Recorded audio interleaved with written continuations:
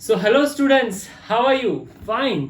तो बेटा आप लोगों की 10th की एग्जाम कंप्लीट हो चुकी है और अभी आप 11th स्टैंडर्ड के अंदर आ चुके हो। So very warm welcome to you in 11th standard. और आप इस वीडियो के अंदर जानेंगे हम कि हमें कौन सी किताबें फिजिक्स के अंदर पढ़नी चाहिए, जिससे कि बेटा हमारा जो 12th स्टैंडर्ड के बाद जो सपना है जेई और नीट करने का, वो किस तरह से बेटा साकार हो सकता है, सफल हो सकता है। सो द फर्स्ट थिंग, आपके स्कूल के अंदर जो एनसीईआरटी बेस्ड करिकुलम फॉलो कर रही है बेटा, ऐसी बुक जो है उसको हम कहते हैं एनसीईआरटी, जो हमारे स्कूल के अंदर चल रही है। ठीक है, NCERT book is the one of the finest book. उसको पहले प्रायोरिटी के साथ कंप्लीट करना हर बच्चे की जिम्मेदारी होती है, क्योंकि उसके अंदर बहुत सारे कॉन्सेप्ट जो होते हैं बेटा, फिजिक्स का पेपर टफ निकलता नहीं है या तो इतना ज्यादा इजी नहीं होता है बेटा, वो एनसीईआरटी बेस्ड ही होता है। टॉपिक सारे ऐसे ही होते हैं। मैं हमेशा बोलता हूं बेटा कि कॉन्सेप्ट का रट्टा लगाने से बेटा कॉन्सेप्ट चेंज नहीं होने वाला है। कॉन्सेप्ट के हिसाब से बेटा न्यूमेरिकल्स चेंज होते हैं। तो सर हम जब बेटा जेई और नीट की प्रिपरेशन कर रहे होते हैं तो हमें कॉन्सेप्ट का रट्टा नहीं लगाना है, हमें रट्टा लगाना है बेटा न्यूमेरिकल्स का। बेसिकली रट्टा भी नहीं लगाना है। कॉन्सेप्ट अगर दिमाग में क्लियर है, उसके फॉर्मूला, उसके इक्वेशंस हमारे दिमाग में क्लियर है बेटा, तो जस्ट आपके उसके 1000 ऑफ न्यूमेरिकल्स की प्रैक्टिस करनी चाहिए आपको।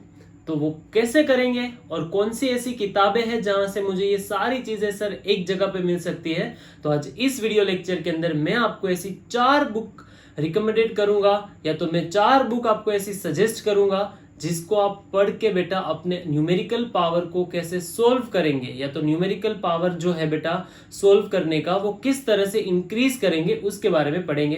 तो चलिए स्टार्ट करते हैं।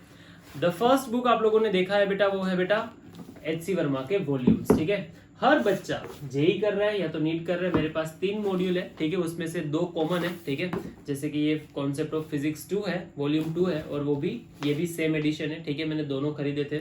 ये ओल्ड एडिशन है और ये नया एडिशन है। ठीक है, आप देख सकते हो।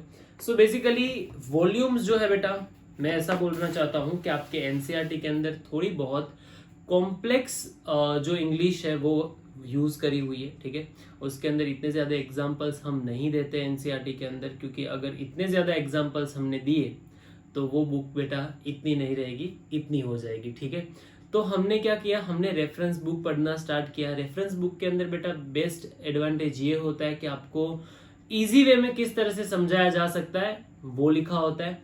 मुझे ऐसा लगता है कि एच.सी. वर्मा की ये जो वॉल्यूम है बेटा, वो इतनी सरल है समझने के लिए।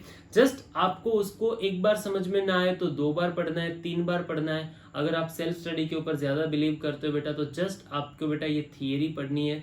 एच.सी. वर्मा के मॉड्यूल्स के अंदर थियरी एकदम सरल भाषा के अंदर आप बोल सकते हो कि लिखी हुई है।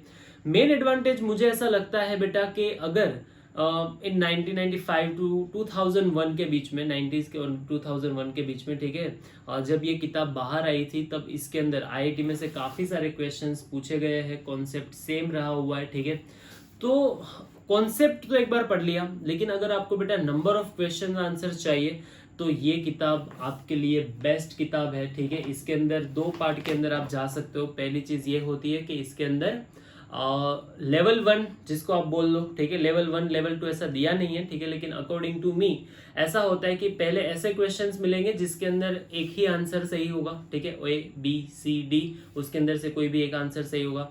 दूसरे लेवल पे आप जाओगे बेटा तो सेकंड टाइप्स आपको ये मिल सकता है कि उसके अंदर मल्टीपल आंसर्स हो सकते हैं। ए भी आंसर हो सकता है, बी भी आंसर हो सकता है, सी भी आंसर हो सकता है, या तो A B B C C D, या तो चारों के चारों आंसर हो सकते हैं, या तो 3 आंसर हो सकते हैं। मल्टीपल आंसर्स होते हैं, यू नो, क्योंकि ये एडवांस्ड में भी अगर आप जाओगे तो ये किताब बहुत काम आती है। ठीक है, और एडवांस की पैटर्न आपको पता होगा कि उसके अंदर मल्टीपल चॉइस क्वेश्चन के अंदर भी मोर देन 2 क्वेश्चन सही हो सकते हैं। ठीक है, तो ये किताब के अंदर बेटा आपको बेस्ट प्रैक्टिस मिल जाएगी। चलिए, तो ये बेटा किताब सबसे बेस्ट है। ठीक है, अगर आप इनिशियल स्टेज के ऊपर हो और अगर आपको फिजिक्स अच्छी समझनी है, कॉम्प्लेक्स के अंदर नहीं जाना है बेटा, तो एच.सी. वर्मा के volume is the best for you. ठीक है, चलिए इसके बाद बेटा हम ऐसे पब्लिशर्स की बात करते हैं जो बेटा इंडिया में नहीं but through out the world, आप बोल सकते हो कि through out the world wide famous है। ठीक है, उसमें से पहली चीज है बेटा हेलिडे, रेसनिक, वोल्कर। ठीक है, ये 3 लोगों ने एक किताब बनाई है, हेलिडे, रेसनिक एंड वोल्कर। सबसे बढ़िया बुक फिजिक्स के अंदर। इसके अंदर थियरी भी इतनी अच्छी है, इसके अंदर न्यूमेरिकल्स भी इतने अच्छे हैं, और ये एडवांस लेवल के अंदर जेई एडवांस के लिए सबसे बेस्ट बुक माना जा सकता है, क्योंकि इसके अंदर की जो प्रॉब्लम है बेटा, वो प्रॉब्लम का लेवल बहुत हाई है। अगर आप इसको कंपेयर करोगे डीसी पांडे के साथ तो आपको सेम लेवल के क्वेश्चन इसके अंदर मिलते हैं। ये करीबन आपको अगर ओल्ड एडिशन के लिए लेते हो, ठीक है, तो ये मेरे पास जो है बेटा वो है स्टूडेंट एडिशन है, ये कौन सी 6th एडिशन है ये, ठीक है। आजकल मार्केट में 8 तक आ गई है, 7 तक आ गई है, 8 तक आ गई है, ठीक है। और ये किताब सबसे बेस्ट है अगर आप एडवांस जेई एडवांस की प्रिपरेशन कर रहे हो। नीट वालों के लिए मैं सजेस्ट नहीं करूंगा ये बुक, क्योंकि इसके अंदर के जो कॉन्सेप्ट है बेटा वो एडवांस और मेंस लेवल के है।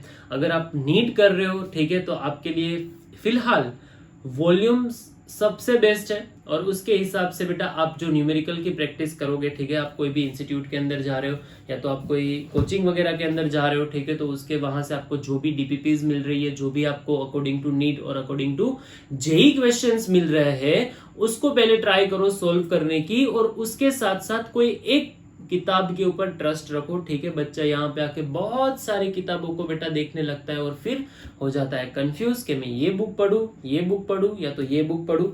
इस वीडियो लेक्चर से बेटा मेरे को आपको यही समझाना है कि आप कोई एक किताब के ऊपर ट्रस्ट करो और उसको पहले कंप्लीट करो प्रायोरिटी के साथ, देन आफ्टर सेकेंड बुक के अंदर जाओ।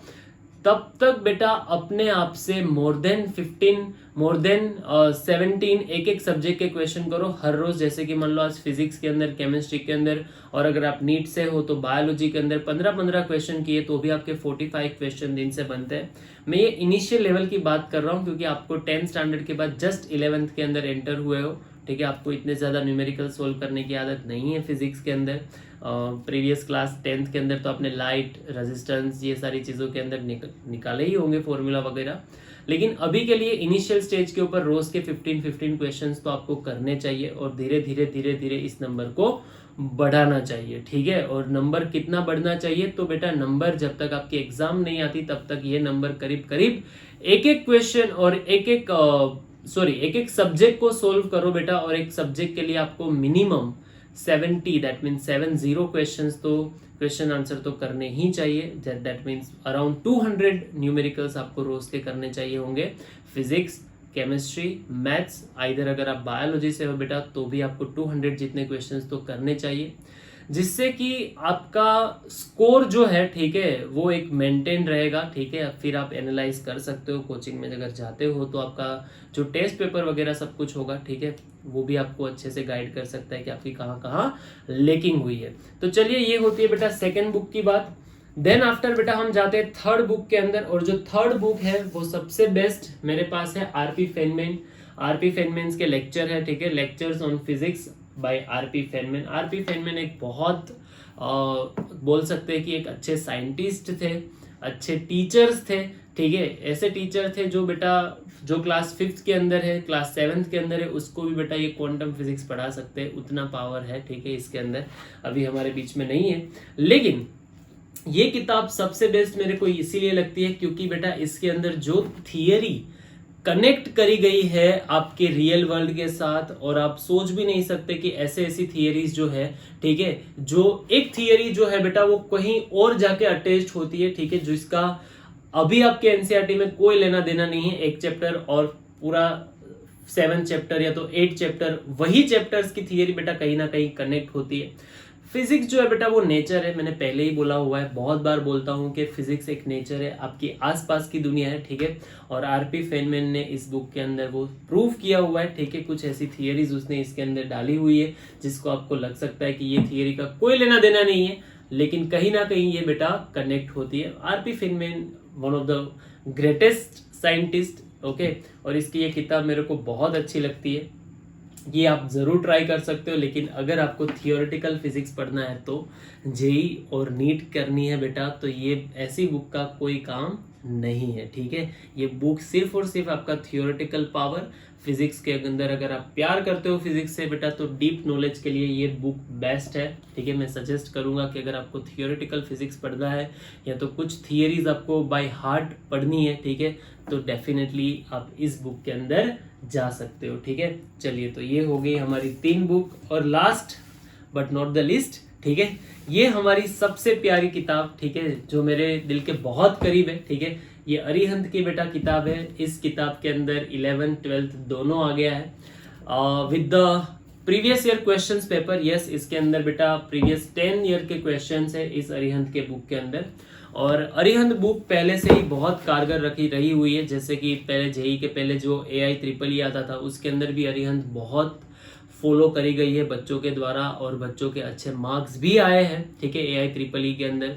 बट ये बुक सबसे बेस्ट है क्योंकि इसके अंदर आपको नंबर ऑफ क्वेश्चंस आंसर मिल जाएंगे, इसके अंदर ज़्यादा से ज़्यादा न्यूमेरिकल्स मिल जाएंगे। और इस चैप्टर जहाँ से एक चैप्टर कंप्लीट होगा और दूसरा चैप्टर स्टार्ट होगा, उसके पहले की जो भी कहानी है, ठीक है, इसके पहले की जो भी कहानी है, ठीक है, जैसे कि कोई भी इक्वेशंस है, कोई भी थ्योरी है, ये सारी थ्योरी के बेटा जितने भी इक्वेशंस है वो आपको पहले ही दे देगा।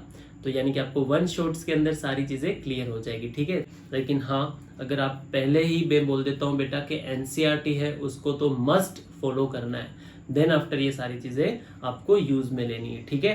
तो चलिए, आई होप आपको इस वीडियो के अंदर कुछ ऐसी इन्फॉर्मेशन मिली होगी जिसके अंदर बेटा आप डेफिनेटली इसको यूज़ करके कुछ अच्छे मार्क्स गेन कर सकते हो, ठीक है। और डेफिनेटली ऑल द बेस्ट। ये आपका पहला ईयर है, ठीक है, 11th स्टैंडर्ड के अंदर आप आ चुके हो, ठीक है। मुझे नहीं पता आप कब देख रहे हो ये वीडियो, लेकिन यस, ऑल द बेस्ट। लगे रहिए, कीप इट अप, अपने आप को मोटिवेट रखो, और रोज़ के रोज़ सारी जो चीज़ें बताते हैं टीचर्स उसको फॉलो करना है, ठीक है। मार्केट के अंदर बहुत ज़्यादा बुक्स अवेलेबल है, लेकिन as I told you before, कोई एक बुक के अंदर ट्रस्ट करो, ठीक है। क्वेश्चंस आंसर को ज़्यादा से ज़्यादा सोल्व करो। तो चलिए, इतना आज रखते हैं, मिलते हैं नेक्स्ट वीडियो के साथ। Bye everyone, take care. Physics को रटना नहीं है, फिजिक्स की फील लेनी है सर। चलिए, बाय एवरीवन।